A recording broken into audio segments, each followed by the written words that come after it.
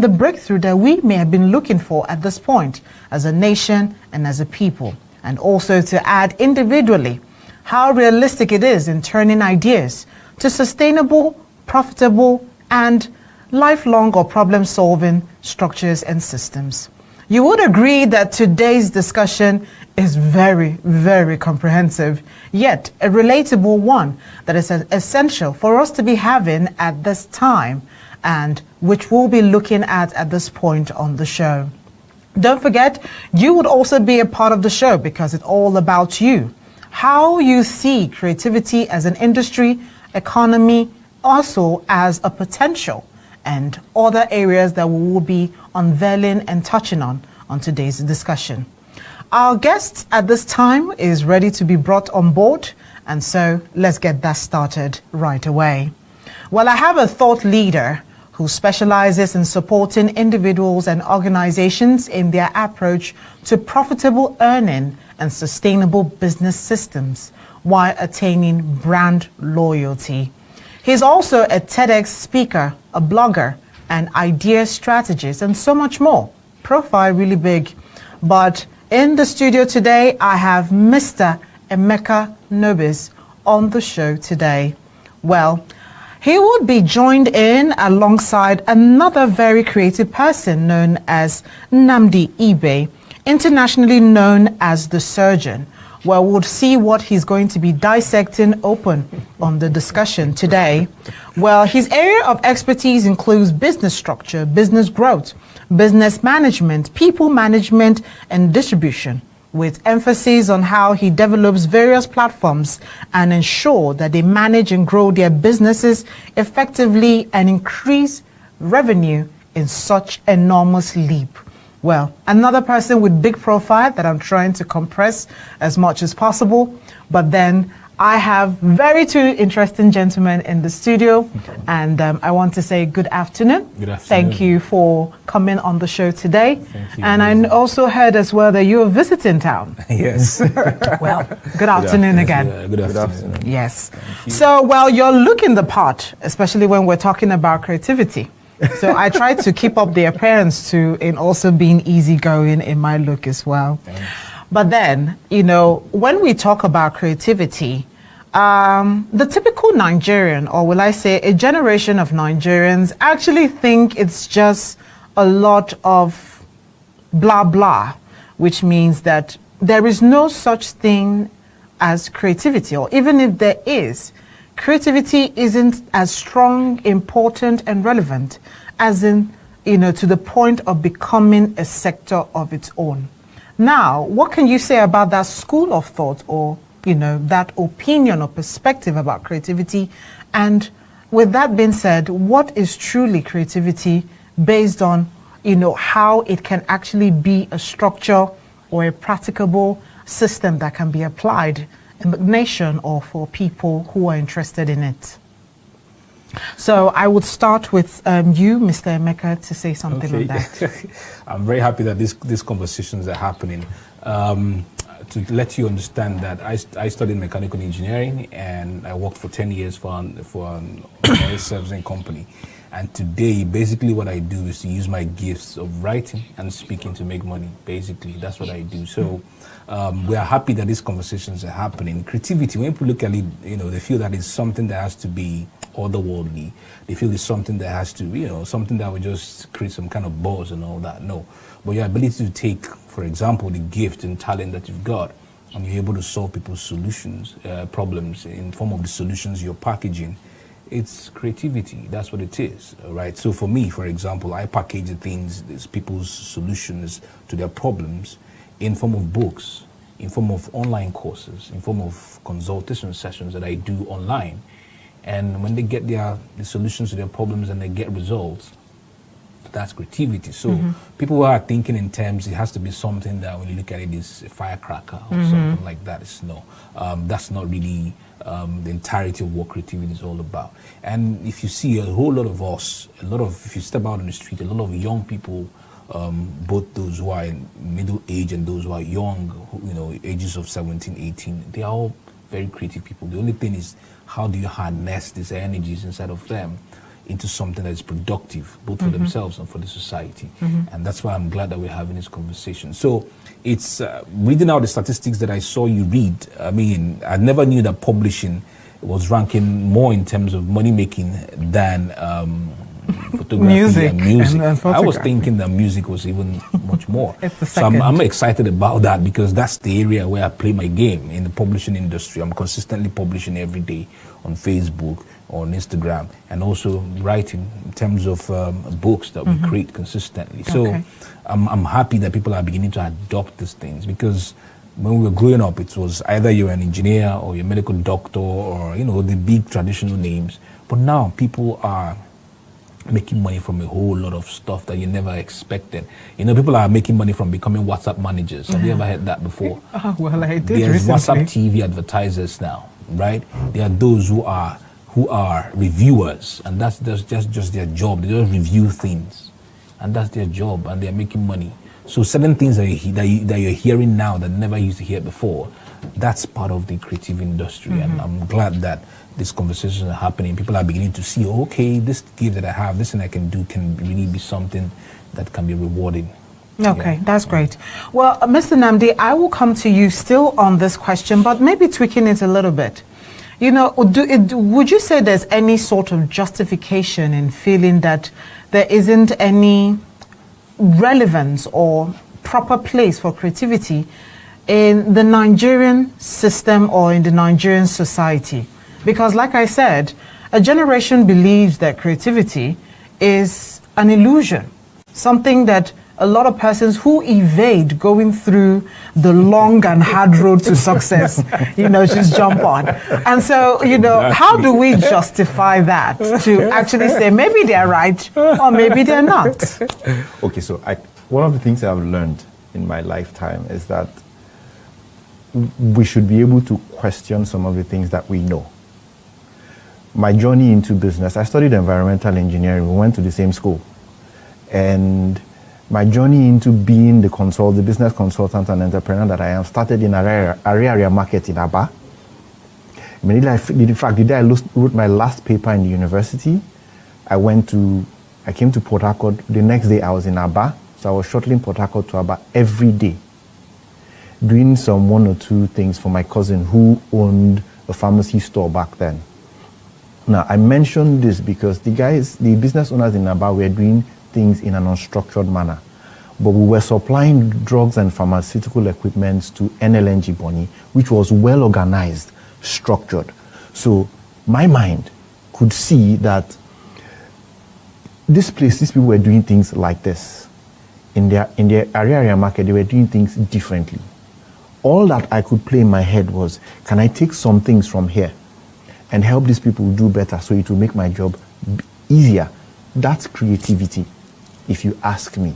How do you take what you know, what you can do, what you've experienced to solve a problem for another person? Exactly. Which is kind of, so if you think of it in that perspective, all of us are creative. The issue is where you pay attention, where you bring your creativity from. Does it actually solve a problem for somebody?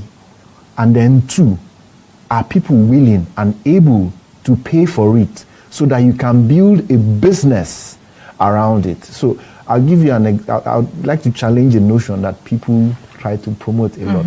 Now, I don't believe in it, and people get to hassle me about it. Okay. I don't believe people should follow their passion. Yeah, because to me, what is passion? People will tell you passion is a job, is a business, is art, is drawing. I think those are things you're interested in. Passion is an emotion just like love. It is the channeling of your energy and attention to whatever is in front of you per time. And if you think about it, what keeps people in marriage isn't love the emotion, it's love the decision, the choice. That I choose this person every day. And so, in being creative, when you say this is what I can do, you need to drive down to the point where you say, this thing that I'm creative, or I can do, or I can use to solve somebody's problem, is somebody willing and able to pay for them? Is it good enough to solve somebody's problems? I'm very sure that I can sing. I know I have an amazing voice. I can say it with 100% certainty. But then the incredible wife that I married said that recently I began to snore. And that when I snore, I sound a little better. In fact, I sound better than when I sing. Oh dear. So should I follow my passion For singing. for singing? Should I bring that creativity? But here I am talking, using my experience, using my expertise to explain a point that would bless somebody's life. And of course, people are willing and able, people are paying for that solution. Okay. So creativity is one side. But then the other side of it is there business around that thing you are, creative with. Okay. That's how it plays in my head. If I can come in here, I think the issue now, lies with how people, how conversations are happening around new narratives. Now, I'm going to explain that. When I was about to resign from my job, imagine I was working in an oil servicing company. I was never owed salaries for one day. I never knew what was owing salaries. Every last Friday of the month, my alert rings, my phone rings, my alert gets, and I see my salary. And then I'm telling my mom, who has been working in the civil service for many years, who has experienced what it means to be owed salaries for 8 months. And I'm telling her that I'm resigning from my job that provided all the security, or when you get sick, the company takes care of you and all that.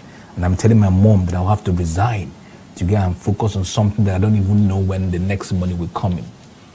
My mom came to my house after I had even convinced my wife that I was resigning and she accepted by faith. My mom came to my house and practically laid down on the floor, begging my wife not to allow me to take that stupid decision that was in my head, because she couldn't understand the new narrative.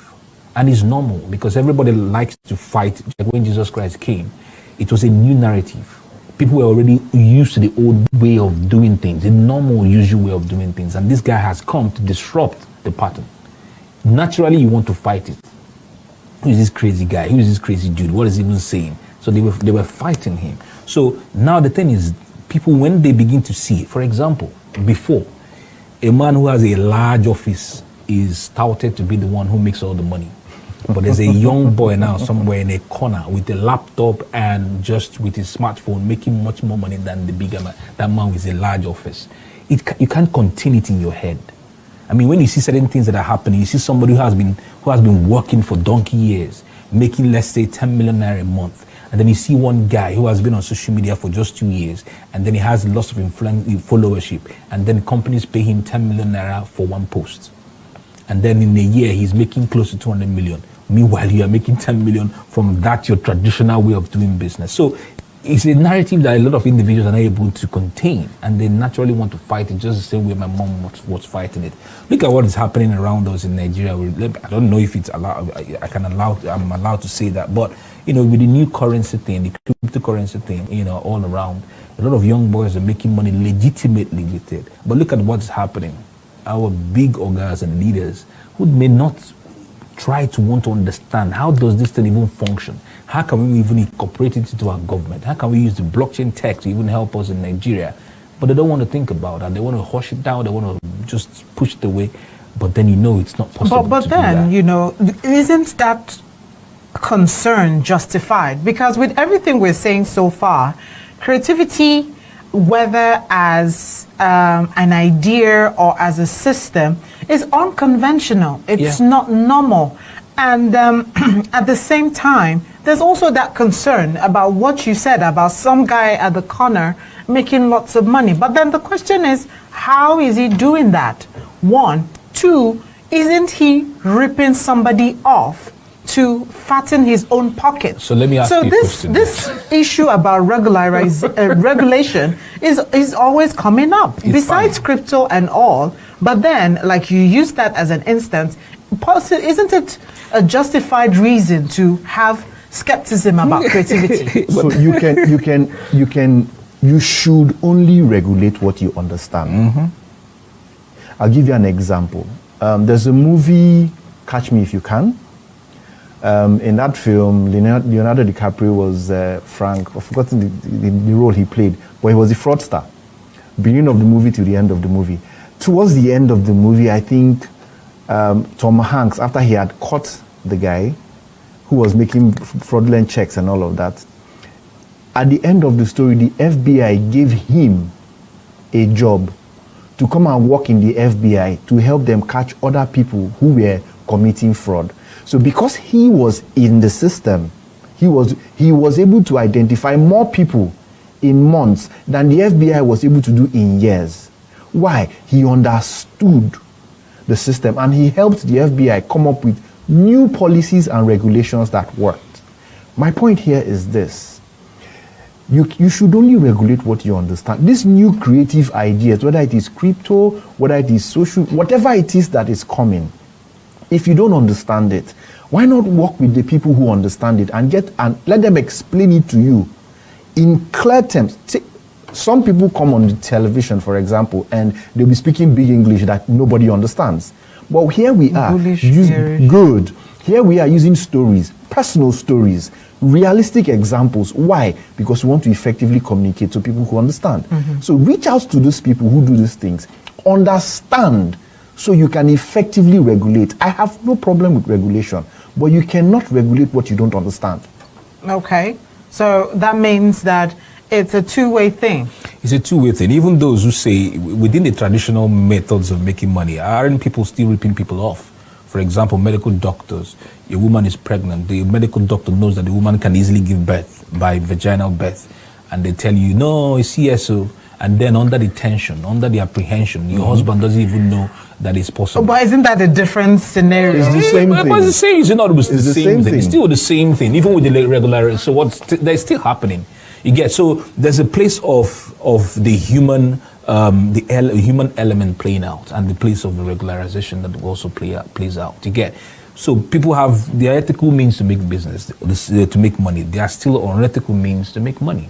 Yeah, it's just two ways. So we have the policies that can keep people in check. We have the environmental support that can keep people in check. But then to just come and shut down something because you don't understand it. See, the creative people are they're unhinged. So if you plug it here, you can't stop them. You can't stop them. You plug here, they move this way. But see, let me tell you some of the people who come on social media to make all the noise. When we hear some of these regulations, what some of us do, we just go back and say, the question we usually ask is, how can we circumvent? How can we deal? How can we survive?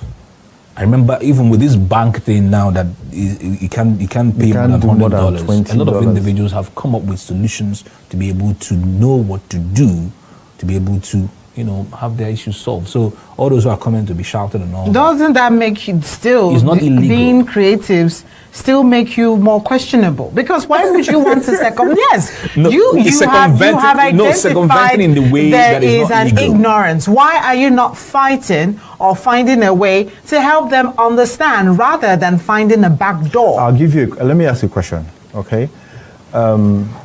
When you hear a young person, for everyone who is watching this, if you hear a young person is making money with their laptop alone, if you're in your 50s and above, what are the first three things that come to your mind? You only think of fraud. So how do you fight that mindset without the willingness to have the conversations? How do you fight that mindset? There are people who don't. He gave an example of his mom. When I come from a family of academicians, my dad had three master's degrees and a PhD before he passed. My mom had a PhD my first year in university. So I come from what in Igbo will say, Ndenkuzi. Teachers. Yes. And so imagine the disappointment in my parents' face when I told them that I didn't want to do a master's. They couldn't understand it. They couldn't understand why, after studying environmental engineering, you're not looking for a job in SPDC or something. You say you want to do business. How? I fought that battle almost till 3-4 years before my father passed. How did I change it? I told him, look, Daddy, I don't know how long you're going to be here. But if we continue like this, we will not connect. I recommended a few books to him. Luckily, he likes to read. He read. His mindset changed. And then we came to the table to understand each other. At the businesses that I did, my father left where he was, came to come and support when we were kicking off. But he made the effort. And so there would always be good, bad, and the ugly. Okay. if you use your perception of the ugly and the bad only to judge an entire system, then the opportunities that exist in the good, which is what we're talking about in the creative industry, the opportunity, in the broader sense of creativity, even programming, writing code, that's creativity. Do you know that in Google alone, just the search engine, originally, it used to take 1 million lines of code. That's what the Google search platform was using before. Now they've reduced it to less than 200 or 300. Somebody somewhere came up with options that could compress. That's creativity. But the average person in Nigeria who is in 50s and above sees somebody in front of a computer. What are you doing pressing computer from morning till night?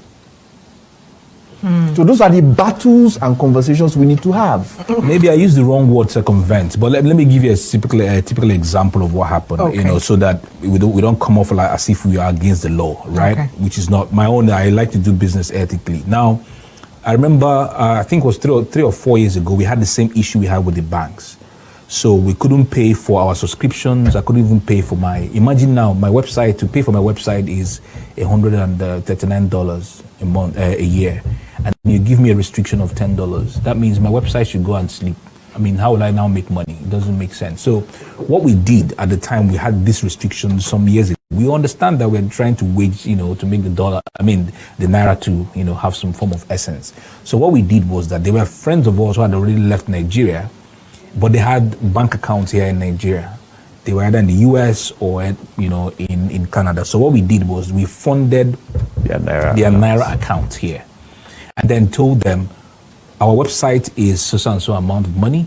We want you to use your card in the US, pay for us, key in your details and all, and then we'll fund the equivalent in naira. Mm-hmm. Is that not circumventing?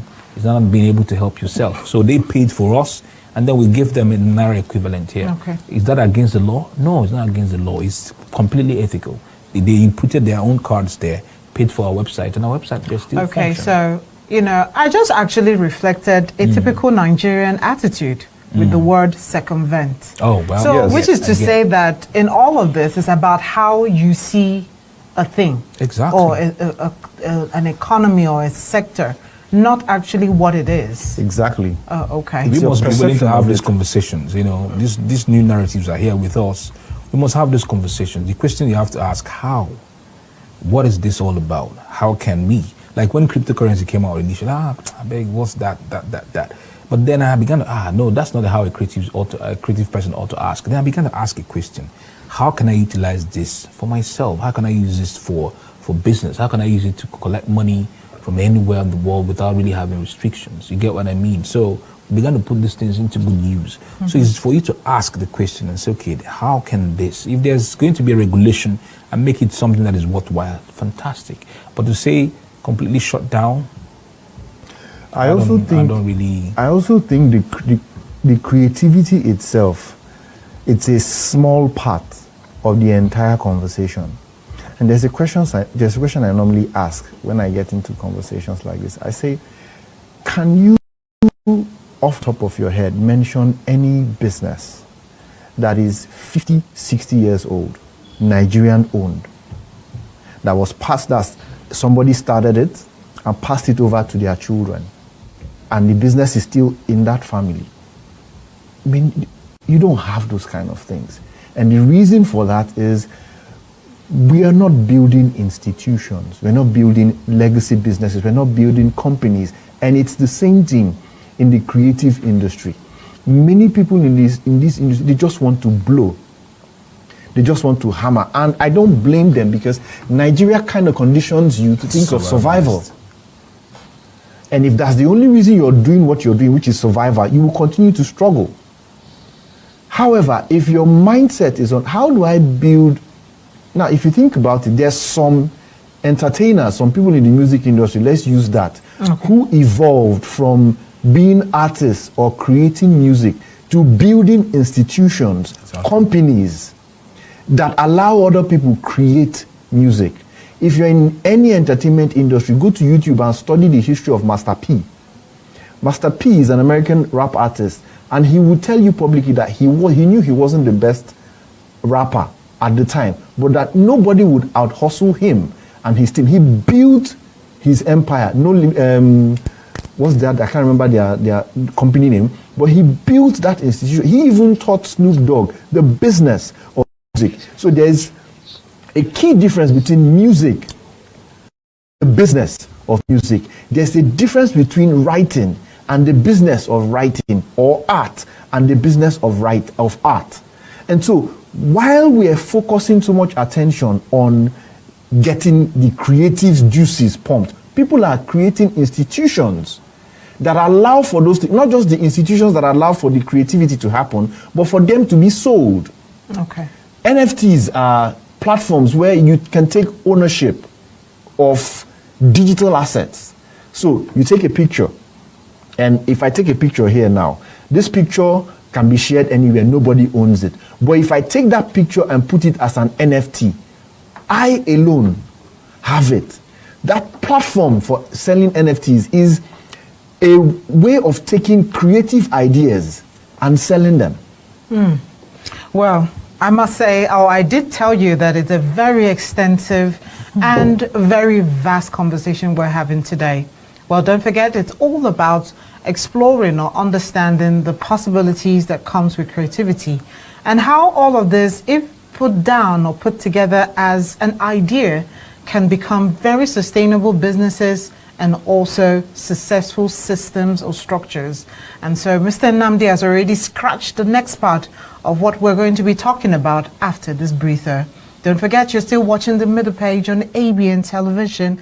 And when we return, it will be time to have you join in on the discussion, as at that time, the numbers will be shown on the screen for you to call in, make your contribution, and be a part of the conversation. Well, for now, let's observe our breather, and we'll be back to continue.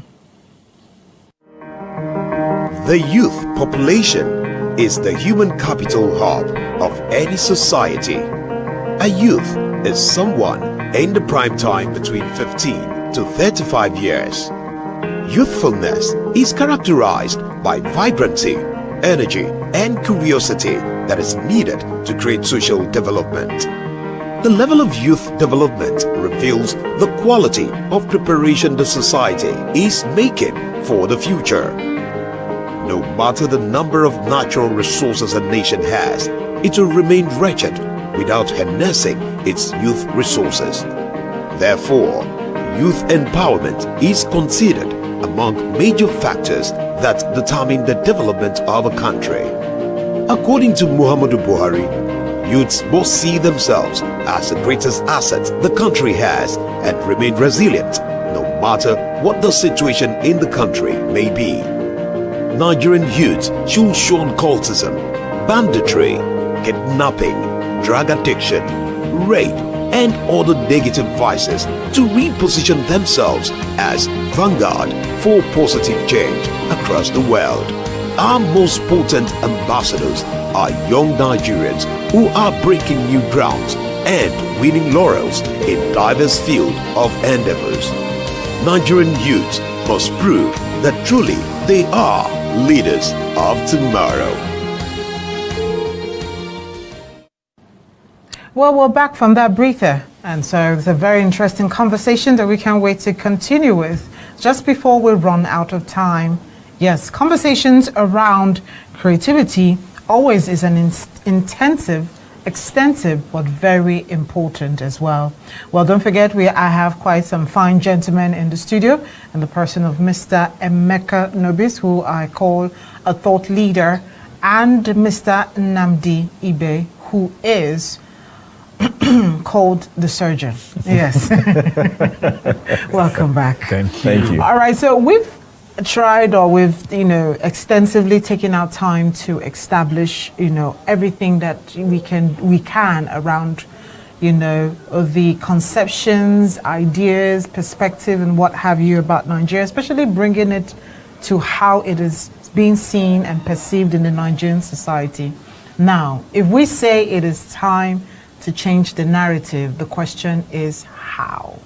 I do remember that, Mr. Nnamdi, you have continuously emphasize the part for institution and structures and all of that. So could we start from there by understanding if we're attempting to answer the how do we do it right, through or via structures and systems? What are those structures and systems that we are overdue to start putting in place to help make creativity more sustainable and a part of us? Because another thing is that, funny enough, creativity, the creative economy, maybe it still seems alien because it has yet to become a part of us.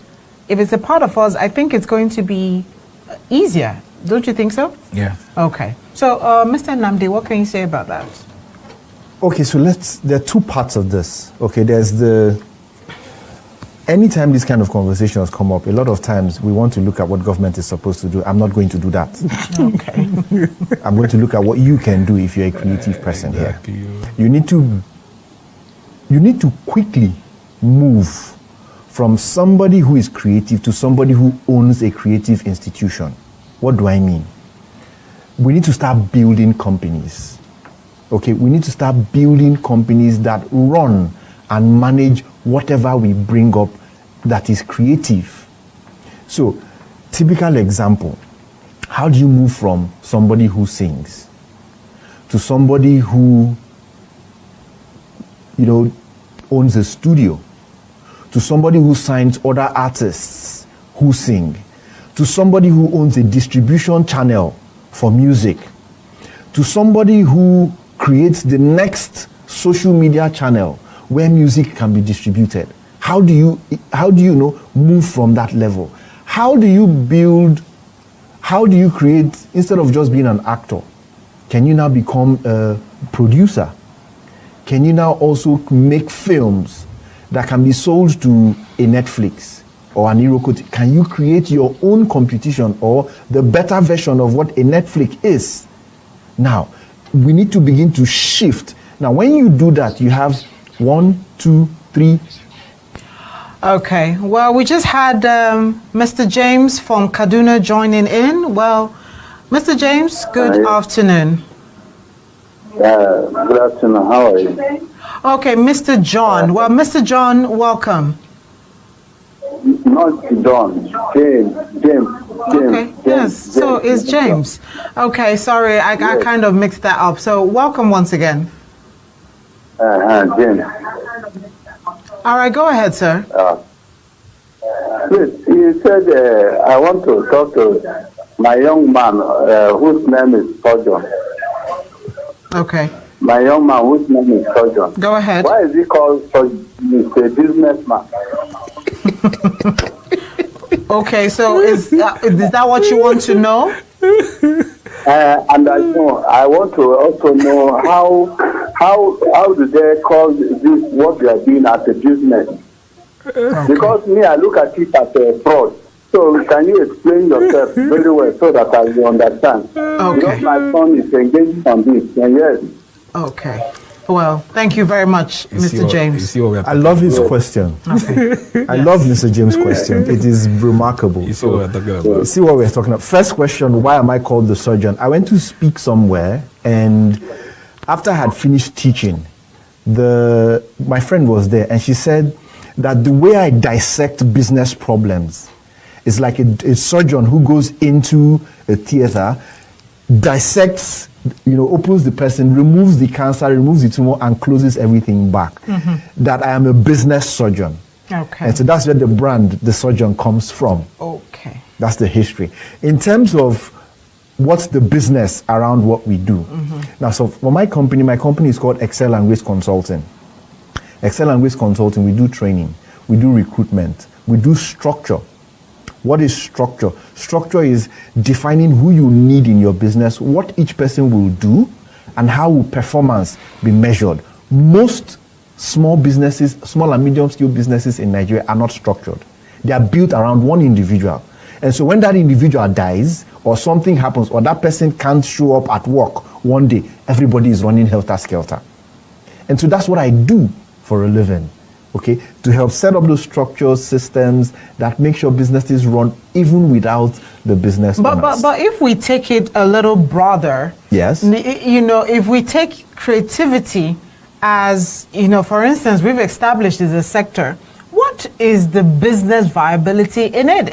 You know, that was part of the first things I said at the start of this conversation. How do we convince a school? Because, for instance, he's a father, and he's saying his son is doing something like this things, and which means, in his view, it's not relevant. It's not, you know, and all. So, how do we? Because if we say this has possibilities and all, and people need to make it become a system or structure, how? But I know you were actually talking about that, so, you know, maybe we can pick it up from where we Let me stopped. make it so that we can share insights. Can we pick one creative industry? Let's just pick one. Anyone at all.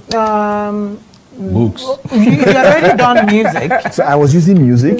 Yes. Anyone at all. There's also, yes, let me check the sectors that are actually identified as well. We can use blogging. Maybe yeah, the there's son is publishing, blogging. there's Son's- broadcasting, there's recreation.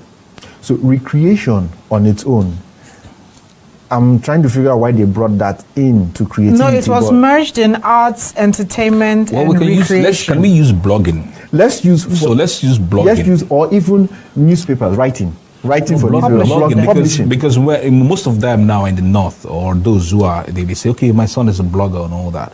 Now let me give you a particular example about my friend and how it's now converting into a business for her.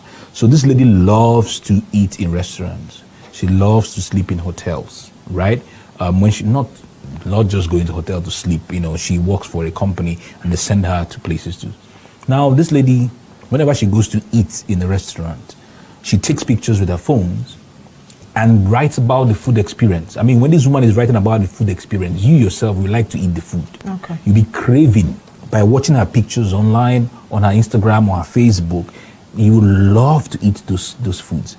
And whenever she goes to the hotel, you know, to sleep, she narrates the experience in the hotel, reviews the hotel, their towels, their rooms, and everything, right? Now, she began to do this just for pleasure, passionately, like that. She loved. So I got across to her and said, do you know that this could become a business for you? She said, how? I said, just continue doing it. You see what's going to happen. Do you know that as the woman kept on doing this, there was no structure. I just told her because she was receiving money from somewhere else, as from a salary. If she wasn't making money from it, I would have jumped in immediately to begin to tell her. But I told her, just do it and see what's going to happen, because I knew something was going to happen. Do you know, after a while, individuals who are going into the city of Abuja began to refer her as the go-to person when it comes to telling people where to go to eat.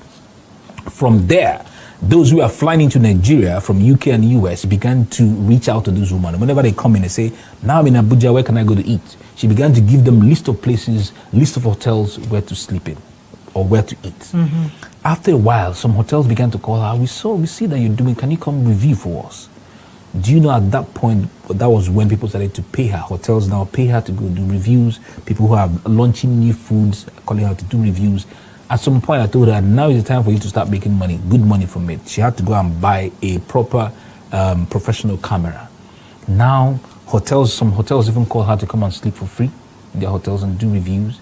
And those who are now coming from outside of Nigeria now pay her to consult for them where to. I mean, you'd be shocked that somebody will pay you 50K just to tell me. You know, people think that these are crazy things, but they happen. Somebody will say, take 50K, just tell me where to go to eat. Because for them, Or how to get around the city. For them, the pleasure in eating that particular food. You see, it's here in Nigeria that you see that people don't really have this conversation around food. When I travel to Italy, you see men, full-grown men like us, sitting down and talking about how to do fish in 30 minutes. It was a shock for me. I would be there. Men will be dissecting what kind of fish, what kind of temperature to put it. Their eating experience alone is something that can pay money for, big money for. Wow. Do you get? So that's how this woman has started making money. So you see, she has bought cameras now. Now she has employed an assistant. You see how she's now building the system. Not only her, now an assistant is coming. She's not the only one that is going all the places to and now they have a blog. So that's where I'm talking about blogging. Blogging is that all the experiences, everything that the woman is now experiencing, it's now put like some sort of digital somewhere album. that people people will go there to read. Oh man, look at Ofe Salah. Oh, look at Afang Soup. Oh, this, and they go there to read. Now she's now going towards writing books. So you see, blogging, and that blogging, Google will be ranking her blog. And as people are visiting the blog, she makes money by clicking. People can now advertise on the blog. Let's say a big restaurant can say, okay, because your blog is having lots of visitors, if you put our restaurant there, we're going to have lots of people knowing about us. They pay her good money. So you see, these are conversations. How do we get people is the constant education that we do. Someone like me, we're consistently educating. This shirt that I'm wearing is education. When I walked in here, the first person who saw me, shameless marketing. Wow, that's good. I love that expression because the person will now start thinking, what do you really mean? And start asking me questions, what do you really mean by shameless marketing? This concept is all about, if you have something that can be of great benefit to the world, don't be ashamed to share it with the world. Be shameless about it. Because people are going to talk. Your friends are going to tell you, guy, you are mad. Some friends will going to tell you, guy, na hustling you day. Even your parents may not believe. Let me tell you the absolute truth. My mom never believed. People in my estate began to see me as a yahoo. They're like, this guy, when did they go walk? Because I stay in my house and I do everything I do on my laptop. And they are wondering, how am I able to take care of my family? No, I'm not begging anybody money. So they, these yahoo boys, so you get? Then my mom didn't believe it. She was like, okay, let's be watching. Now you say you don't want to go to work. Then when I made some good amount of money, the first thing I did was my wife first. I went to speak somewhere. They called me because they saw the things that I was doing online. They called me and they paid me 50,000 naira for 45 minutes to speak. This one that we're here, I just talking. They say, I got back home, took out 25K and practically stole my wife with the money. I said, enjoy. Not that I stoned her, but practically, just dropped it on her. And she was like, man, this is the work. That was where faith began. Then my mom, I sent some good amount of money back home. They're like, man, this is working. Because even the money I sent was even much more than the one I sent when I used to work for an oil servicing company. That was how they let me be. One day, my sister invited me to go to her house. I went with my family and we went there. Then I brought up my laptop to work on the table. My sister said, Emeka, you have come to our house. I'll rest now. Leave laptop. Do you know what my mom said? Leave him, oh. Hey, leave him. Let him be working. The testimony had changed. So he's consistently educating. So she became an advocate. Advocate. Now my mom is advocating well for me. Well. You get somebody so it's about educating, showing ethically, legitimately that this thing works and consistently educating individuals. For me, that's what I do. Like a lot of individuals who have written books and they can't sell. Me, I came in, I'm like, okay, how can I change the system? How can I make individuals understand that there's money in this industry? And I began to teach them how to sell because I was selling strategies, this, that. Consistently educating. Now a lot of individuals refer me. If you go online now and say, okay, I've written a book and I don't know how to sell it. Trust me, if you write it on Facebook, you will find, by the time you find 5 answers, some people will have written my name. Okay. I'm telling you the truth. Because it's consistently educating people that this narrative, you have to embrace it, see how it can help you for your life. That's what it is. So, and this is one aspect. Well, you're actually giving your pattern shot because we have just a minute. And okay, that's yes. So go ahead. Let's use it as our wrap up. Can I talk about why we're in New York? Can I talk about why we're in New York? Well, you can not talk about why you're in New York, but then you can actually tell us how we can or where we can follow you. That's your fair enough. That's fine. You can follow me on Instagram at Excel and Grace. Okay. At Excel and Grace. That's on Facebook or on Instagram. Instagram. Okay. Excel and Grace. One word. Okay. He's more active on Facebook. Okay, so sir. Emeka Nobis. If you just the same picture you saw when we were starting, if you just go on Emeka Nobis, see me on the heart, and I'm there consistently every day. Every day I make close to 10 posts every day on Facebook. Okay. Okay, that's the picture. That's it already. Well, my control room guys, thank you very much for that one. And so with that very important face you need to be looking out for on the internet when you search for Emeka Nobis, well, we have to wrap up this very engaging and interesting conversation. Wherever you are, we're really hopeful that this discussion today regarding or reintroducing to you the perspective of creativity and how it can be a sustainable business system or structure has indeed changed your perspective in one way or the other. But then I must say a big appreciation and thank you for the time. Like I told you, they're visiting the city. And so when you check them online, you know why. Well, the surgeon of business, Mr. Nnamdi Ibe, you can also search him with that name as well. Thank you so much. And also the thought leader as himself, Mr. Emeka Nobis. Thank you so much. Grateful. And also big appreciation to you for watching all the way. Thank you also to Mr. James, who called in as well to air in his own perspective. It really helped the discussion as well. And to every one of you who was watching, thank you as well. Well, we continue to keep streaming live on www.abn.ng/live and also on Star Times channel 140. Plus, this very interesting discussion, if you missed a part of it, don't worry. Just head over right now to the official Facebook page, and that is ABN Middle Page. With that being said, my name still remains Amazing Ekedebe. Thank you very much for the time, the attention, and wishing you all the best. Do take care of yourself and see you next time on your screen. Have a wonderful day.